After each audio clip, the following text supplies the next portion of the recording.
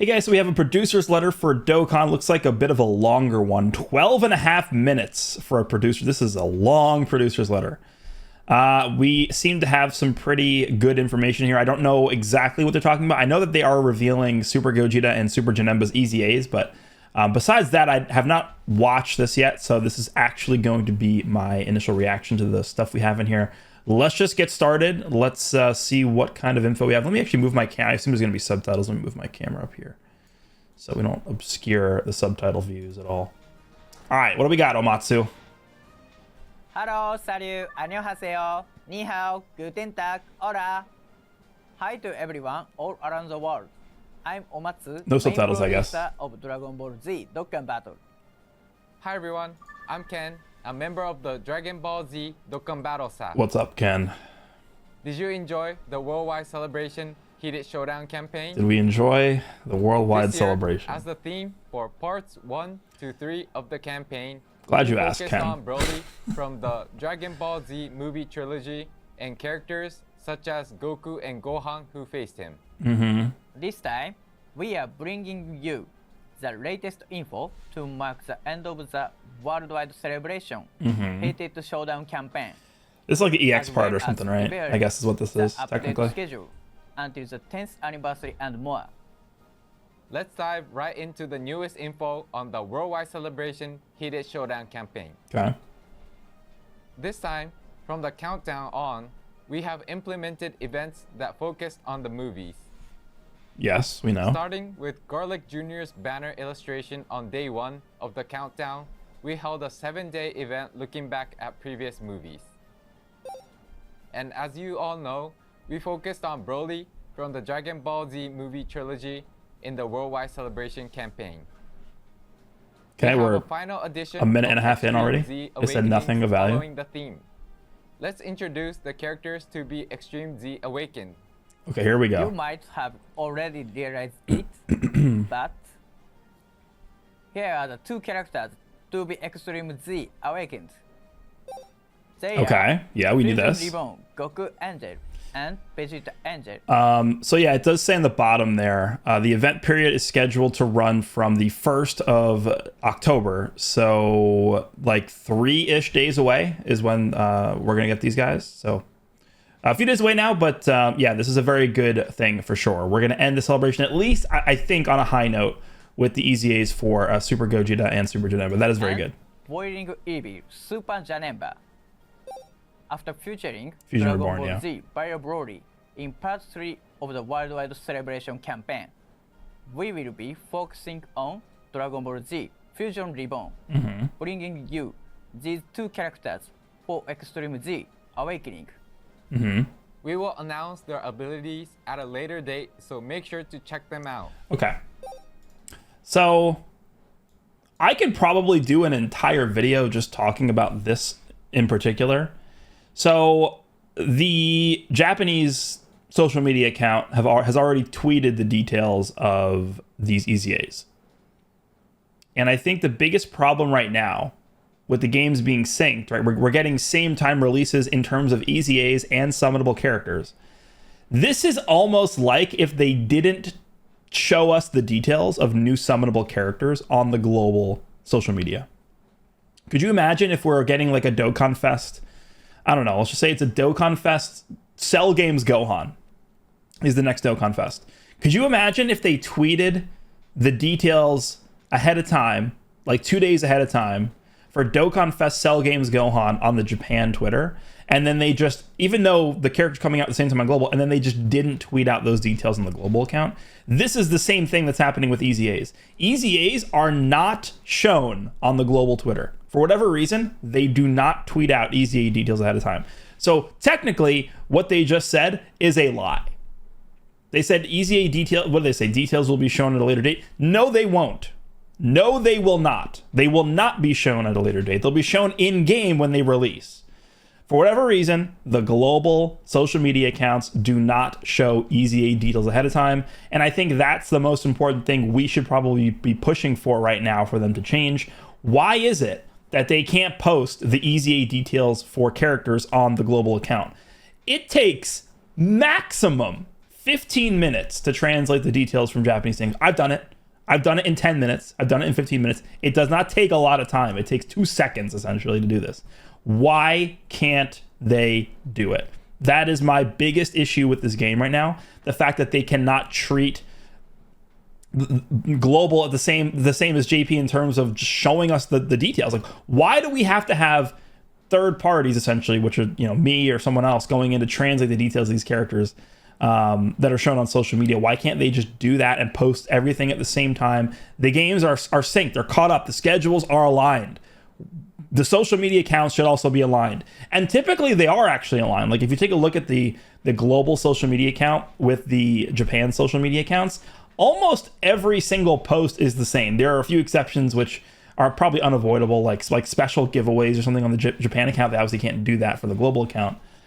Why is the only thing that's not synced EZA details? I have no clue. I literally have no explanation for why that is the case. We need to be pushing for this to be a change that they make. Post the EZA details of upcoming characters on the global social media account. That simple. It's not tough. It's not rocket science. It takes 10 minutes to translate the character info. Just do it. All right, let's keep going here. Later date, so make sure to check them out. Plus, oh, this is nice. Extreme Z Awakenings, we are adding new stages to Dragon Ball Z Memorable Battles Movie Edition. Okay. We have prepared skill orbs exclusive to the 2 characters introduced, so try getting them. Okay, yeah, so I would say, we're getting EZAs for Gogeta and JANEMBA. Don't change the builds, I would say, for those characters. Do not change your hidden potentials and builds. Just wait for this to come out, the memorable battle stages, see what the skill orbs are going to be for them, and then you can make adjustments if you want to. But I'm assuming that this is just going to be the same formula that they use for this year's memorable battle events, which is just one stage, one phase. And the fights are essentially not that challenging. Probably what this is going to be. We'll see. We'll see. That's all for the Extreme Z Awakening info. Okay.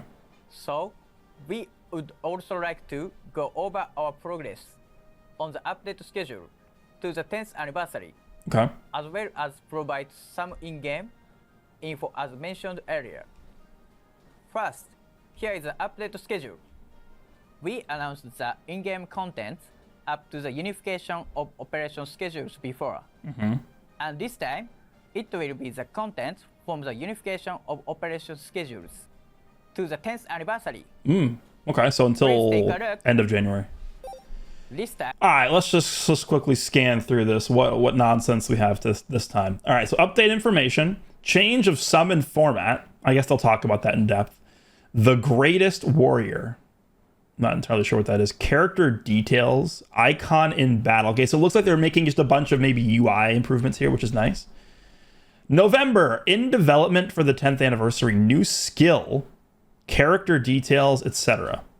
Looks like there's going to be new mechanics in November, which is pretty early. Usually we don't see new mechanics until the anniversary. Okay.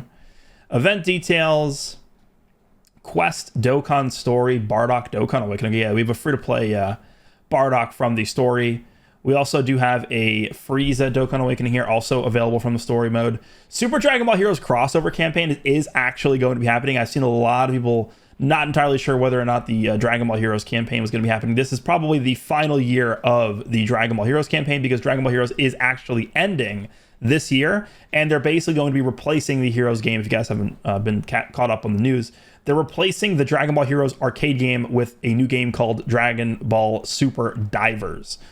So I think what's going to happen probably is starting with 2025, which is a full year from now, we'll probably end up getting a Dragon Ball Super Divers campaign crossover instead of a Heroes crossover. But this is the final year, technically speaking, of the Heroes crossover campaign, probably. We're also going to have a Divine Dragon Carnival. It looks like December, which is standard. That's like the Christmas double race banner. And then it looks like 10th anniversary is approaching coin collecting campaigns. That's going to happen starting from October. Wow. So they're giving us October, November, December, 4 months to collect coins, I guess, for the 10th anniversary. So the 10th anniversary certainly is building up to be something very big. and we will reveal in-game info up until the 10th anniversary. Okay. The main key points are in-game event info, in-game updates, summon format for future summons. Summon campaign format user campaigns. seems interesting. Let's get started.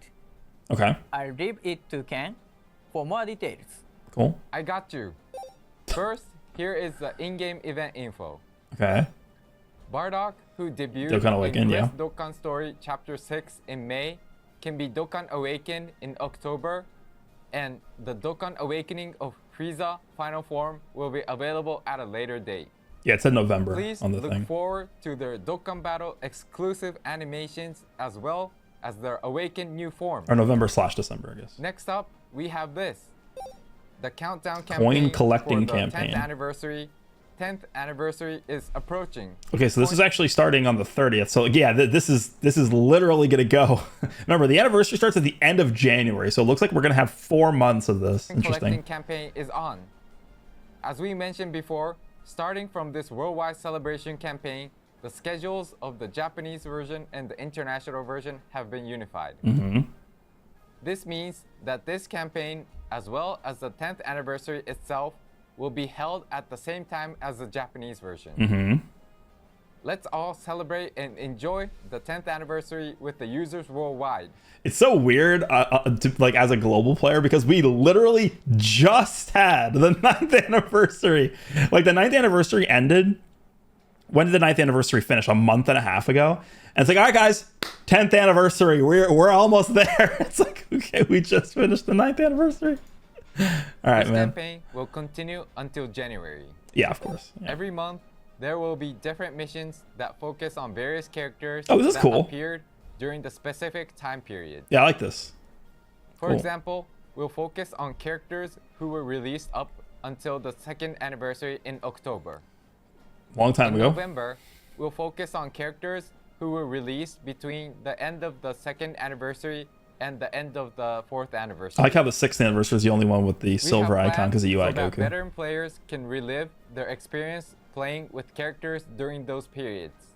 Yeah, this is cool. I like this. You can trade items obtained through missions for awesome rewards such as Dragon Stones, so don't forget to clear the missions every month. Okay, cool. Plus, certain characters will be strengthened in November and December for a limited time, so please wait a little more. Okay. Enjoy challenging events with your favorite characters. Next up, let's look at the update info. Character details. This is the update of the character details page. Okay. The layout, the We plan UI, to I guess. also update this gradually in the 10th anniversary. Hmm. But here are 2 main updates for now. Firstly, we will visualize the number of times certain actions were performed in battle. Here is the actual in-game display. What does that mean? The number of attacks performed, super attacks performed, Oh. hits received, guards and evasions will be displayed separately, and the total will be updated as the battle progresses. That is interesting. So, what they're saying with this is, I assume this is like number of times you've attacked in the battle, number of super attacks you've done in the battle, number of times you've been hit in the battle, number of times you've guarded in the battle, number of times you've dodged in the battle. What they could do from this. So as a baseline, I think this is good. Like just to have this in the game, I think is very good. I think what everybody wants to see is, for example, characters that have a chance to guard, for example. We've been asking for this for years. Is we would like to have some sort of visualization that tells us when the guard is actually active, right? So for example, a character has a 50% chance to guard, which is an effect that activates at the start of the turn. So typically what happens is a character will enter the turn and they will have activated either their 50% chance to guard or they will have missed their 50% chance to guard. However, at that point, you actually don't know whether or not you hit or missed the 50% chance. So you won't actually know until the character is hit whether or not the guard is active or not. They should show some sort of indication visually on the screen to let you know that, okay, yeah, you actually hit the 50% chance to guard or you did not hit that.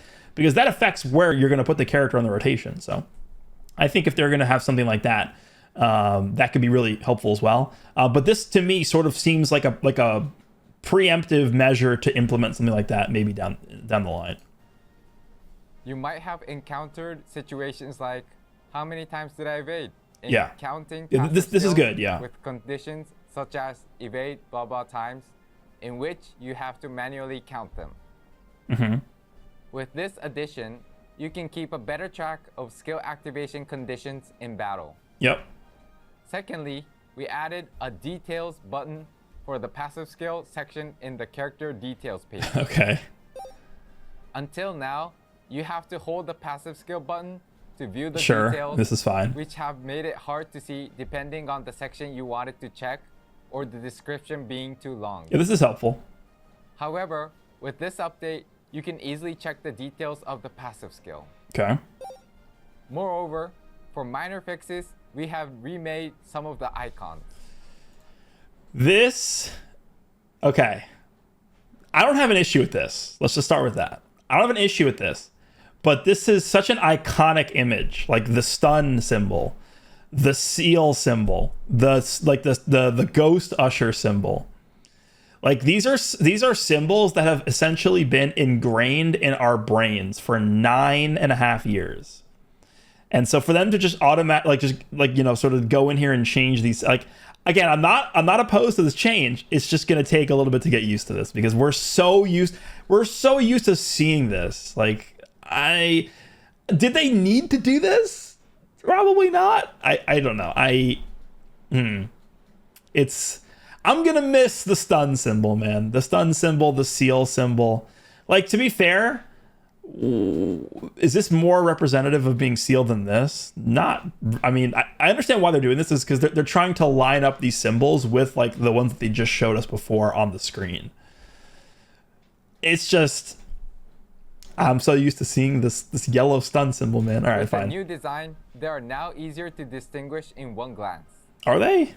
That's all for the UI improvements Okay. for this time, but we will keep on considering further improvements Okay. in order to let players have a better gaming experience.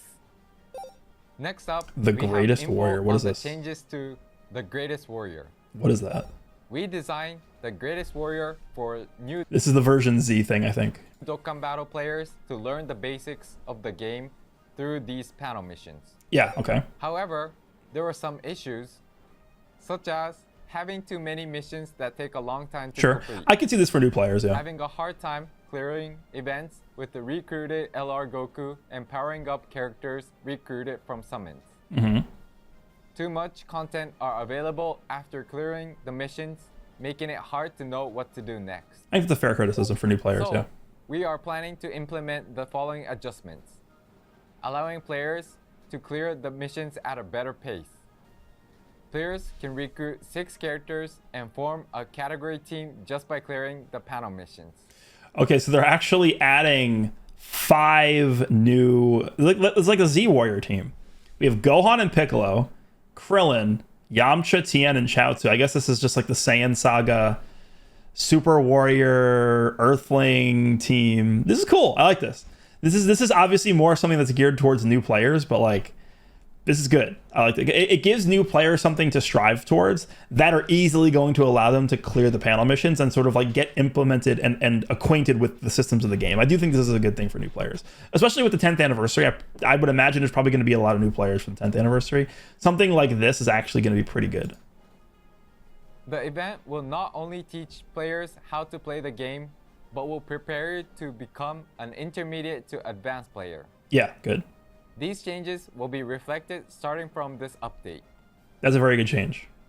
Furthermore, we plan to improve the user interfaces related to the panel missions as well. Okay. Please check the in-game notice for more details. This is not a change that's going to be like impacting most people watching this video, I would imagine, but I think for the grand scheme of the game overall, it's very good.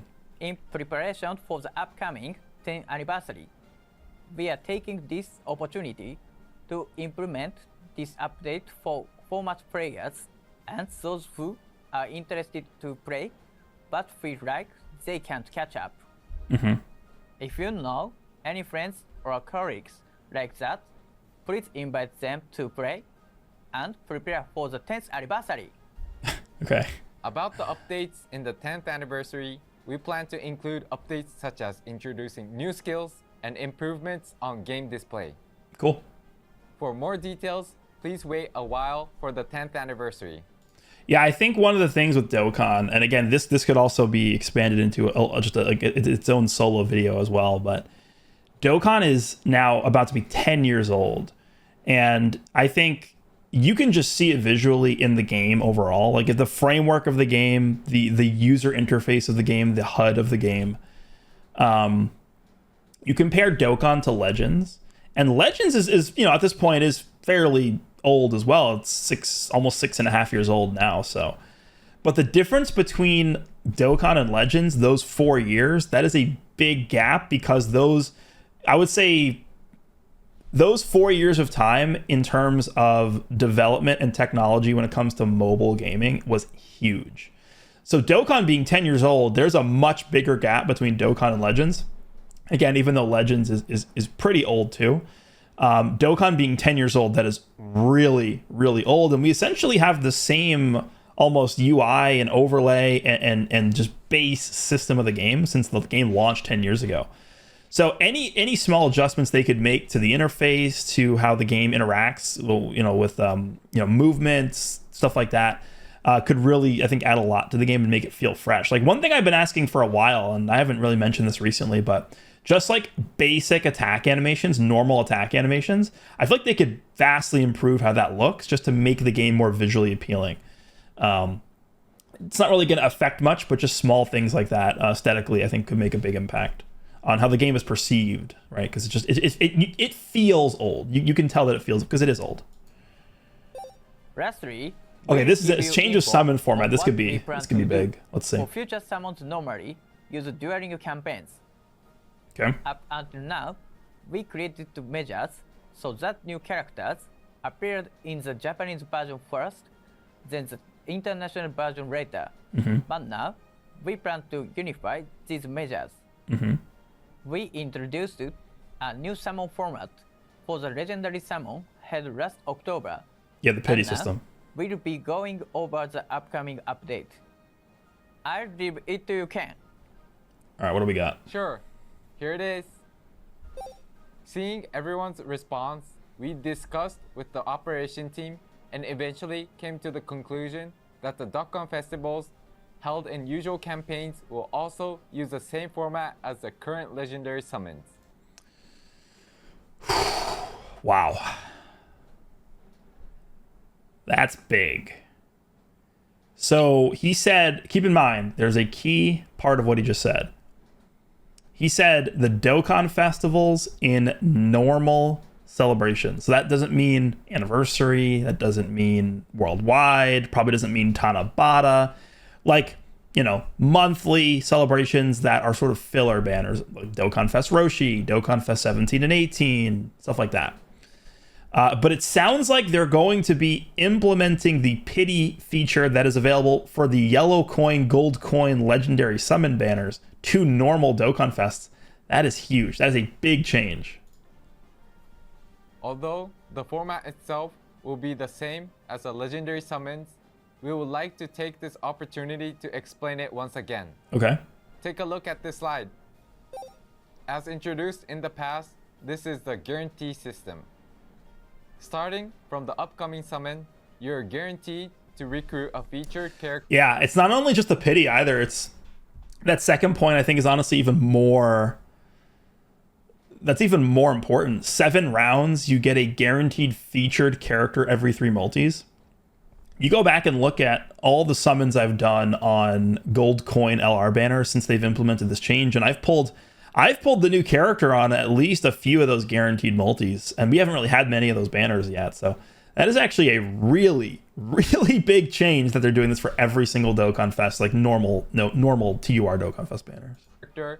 For usual Dokkan festivals held simultaneously. Yeah, and at the bottom here, sorry, I keep pausing it, but large-scale campaigns, worldwide campaigns, anniversary celebrations, etc., Dokkan Thank You celebrations, Saiyan Day campaigns, as well as dual Dokkan festivals are excluded. So, like, big Dokkan Fest LR banners are not going to have this, which makes sense. In both versions, after you perform a certain number of summons. Thank you for the introduction.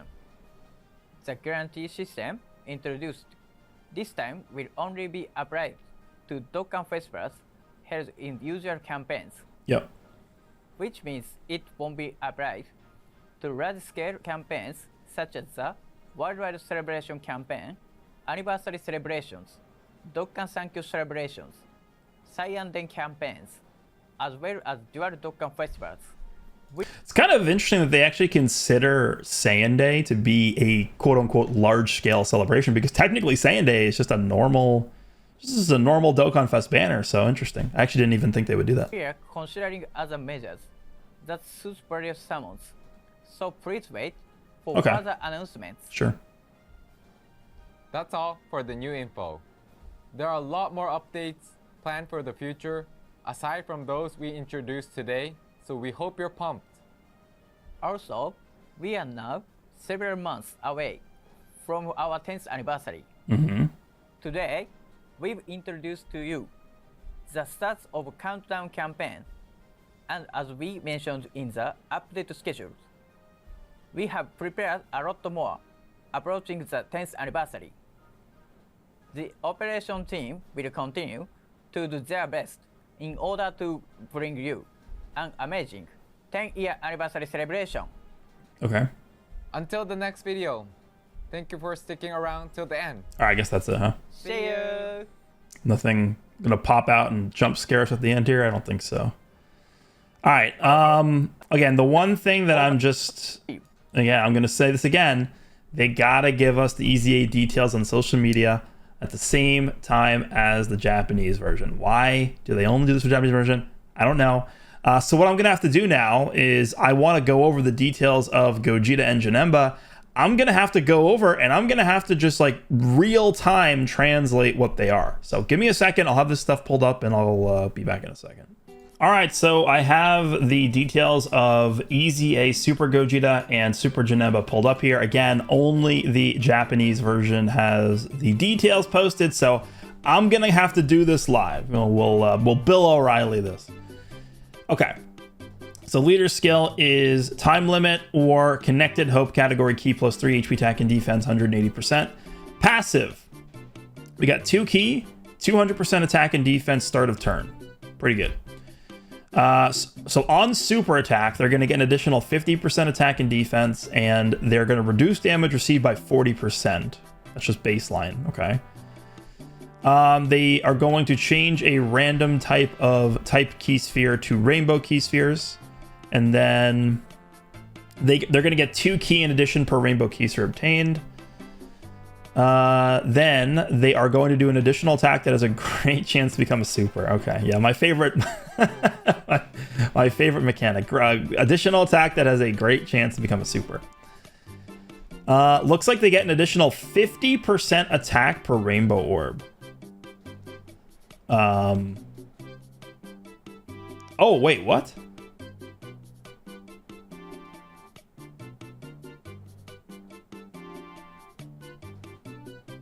No.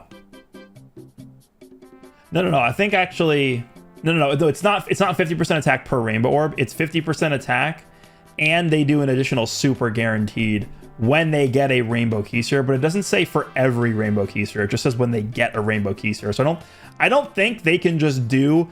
If they get 5 rainbow key spheres, I don't think they're going to be able to just do 5 additional supers. I think it's just as long as you get 1 rainbow key sphere or 4 rainbow key spheres, they're still going to just get 50% attack and do an additional super. That's what that is. And then it says for 1 turn upon entry,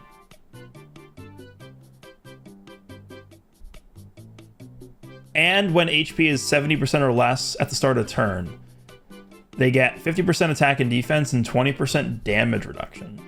So for turn 1, they're going to have 60% damage reduction, and then they're going to have 60% damage reduction whenever they enter the turn when they're under 70% HP. That's pretty good. Okay. The 12 key super is going to... Oh, it's actually infinitely stacking attack. That's pretty good. And then for 1 turn, they're going to greatly raise defense.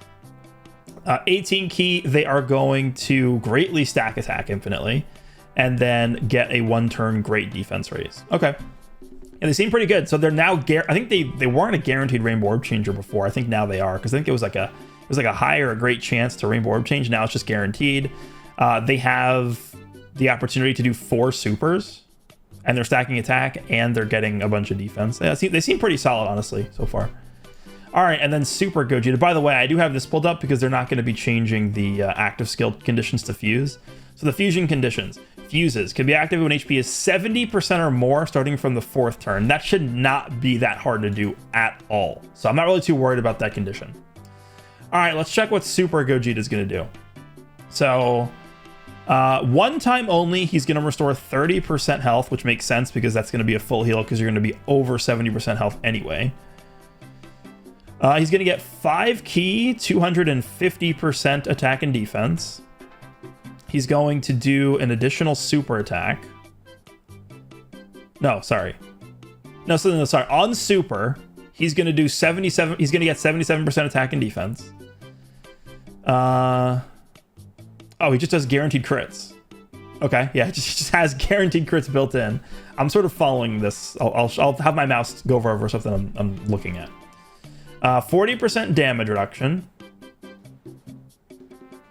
Then he changes a random type of key sphere to a random type key sphere to rainbow key sphere. He gets 3 ki in addition per rainbow key sphere obtained. He's gonna get 77% attack. Oh, so he's gonna. So when he gets a rainbow key sphere, he's gonna be getting 77% attack, do an additional super guaranteed, and guard all attacks. So when he gets a rainbow key sphere, he's going to have guard essentially, which is going to activate when he actually picks the key sphere up. So you can actually put him in slot 1 potentially, maybe, we'll see. Although probably not because he's going to get a lot of defense on super. It says for 5 turns from entry. Oh, wow. Wow, he's going to get 40% damage reduction until he attacks. So this guy's going to have 80% damage reduction, and he's going to have guard, assuming you get a rainbow key sphere with the rainbow orb changing character. So yes, you can put him in slot 1. 80% damage reduction, guard, and he's he's a rainbow orb changer. He's also going to show the location of enemy super attacks. Obviously, this is for 5 turns. So I don't think they changed the duration of the scouter. Right? I think it was always 5 turns. Yeah. Okay. Okay, and then he has the same thing as before. When you take an unarmed super attack from an enemy who you've landed an ultra super attack against, he's going to nullify that attack. Wait, what? It says when receiving a super attack from an enemy, he's going to temporarily receive a high chance to dodge. So what I'm taking from this is Gogeta has a 50% chance to dodge supers. And that's it. So like when the enemy throws a super at Gogeta, at that instant he's going to have a 50% chance to dodge. But he's not going to dodge normals, which doesn't matter. So he's got 80% damage reduction, guard, rainbow orb changing, scouter, and a 50% chance to dodge in slot 1. Huh. Okay. And then, because here's why this is now good, the nullification. If you're fighting an enemy that has an unarmed super, you're going to have 80% damage reduction and guard against an attack that would happen before you attack anyway. But then if the attack comes after Gogeta would attack, Gogeta would then have a nullification if it's an unarmed super. So that actually, I think they specifically designed this guy in a way to where his nullification is a lot more beneficial, which is nice. 12 key super, he's going to get a 50% attack and defense raise for 1 turn. 24 keys or 18 key super. Wow, greatly raise attack and defense for 3 turns. And he's going to greatly lower attack and defense. Wow. This guy seems insane. This guy seems ridiculous to me. Okay. We'll see how he feels to use. All right, JANEMBA. We do have JANEMBA pulled up as well. Remember, JANEMBA is actually on movie bosses and uncontrollable power. So he can fit on the Broly team. The only issue I would see with this guy is he is a big bad boss's character. Maybe we can do a rotation of like JANEMBA and Cell Max potentially. Let's see. All right, so we of course have the Rage form as well. So JANEMBA is Corroded Body and Mind or Movie Bosses category, key 4, 170% of stats. He's getting 6 key and 166% attack and defense at the start of the turn. He just has guard unconditionally. He has 22% damage reduction unconditionally. For 1 turn upon entry, he's going to do an additional attack that has a great chance to be a super attack. Okay, yeah, both characters have that. Thanks, appreciate it. Every time he attacks, he's going to get 2 key and 66% attack and defense up to 166%, and a 22% chance to crit up to 66%. So I think previously, yeah, this was limited to him being the 2nd or 3rd attacker in a turn. However, now this does not specify the location of the rotation he has to actually be in to build these up. So that's good. When key meter is 22 or more, he's gonna get an additional 66% attack. Okay, here we go. As the 1st or 2nd attacker in a turn, he's going to get an additional 22% damage reduction. Okay, so he's going to get 40. So as the 1st or 2nd attacker in a turn, he'll have 44% damage reduction and guard. And then he's going to be building up his stats when he attacks as well. Okay. And then it says as the 2nd or 3rd attacker in a turn, he's going to do, when he attacks, he's going to do an additional attack that has a great chance to be a super attack. So first turn, if you put this guy in slot 2 or slot 3 in his first turn, he's going to have 2 additionals that have 70% chances to be supers. So basically what they're saying is first turn, he will be fully built up, right? Because you only have to do 3 attacks to get this guy fully built up, right? He gets 2 key up to 6, 66% stats up to 166%, and then 22% crit up to 66. So as long as he's doing 3 attacks right away, he's going to have his full passive, which is guaranteed turn 1. So turn 1, this guy's going to be fully built up after he's attacking, which I think is pretty good. Don't have to like finagle with the rotations or anything like that. Okay. And then this guy has a great chance to nullify key-based supers launched. Is that what has always been great chance? No, it goes from high chance to great chance. Okay, that's good. This guy has the same thing too as Gogeta. He has a high chance to temporarily dodge supers aimed at this character. So 50% chance to dodge supers, 44% damage reduction and guard in slots 1 and 2. And then he's got the great chance to nullify Ki Blast supers.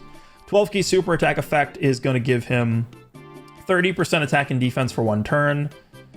And then he's going to greatly lower defense. 18 key is going to give him 50% attack and defense for 1 turn. And then massively lower defense on 24 key. JANEMBA, again, will not have a changed active skill condition. The Rage condition can be activated when HP is 66% or more starting from turn 6. This is very hard to see, so I don't think this is going to be a very common thing, but let's see what they changed here. Let's go over to the Enraged version. So JANEMBA, prior to his EZA, receives an additional key +1 per key sphere obtained. All right. So now... oh wow, he's changing every key sphere to physical. Is what it says. Every key sphere to physical.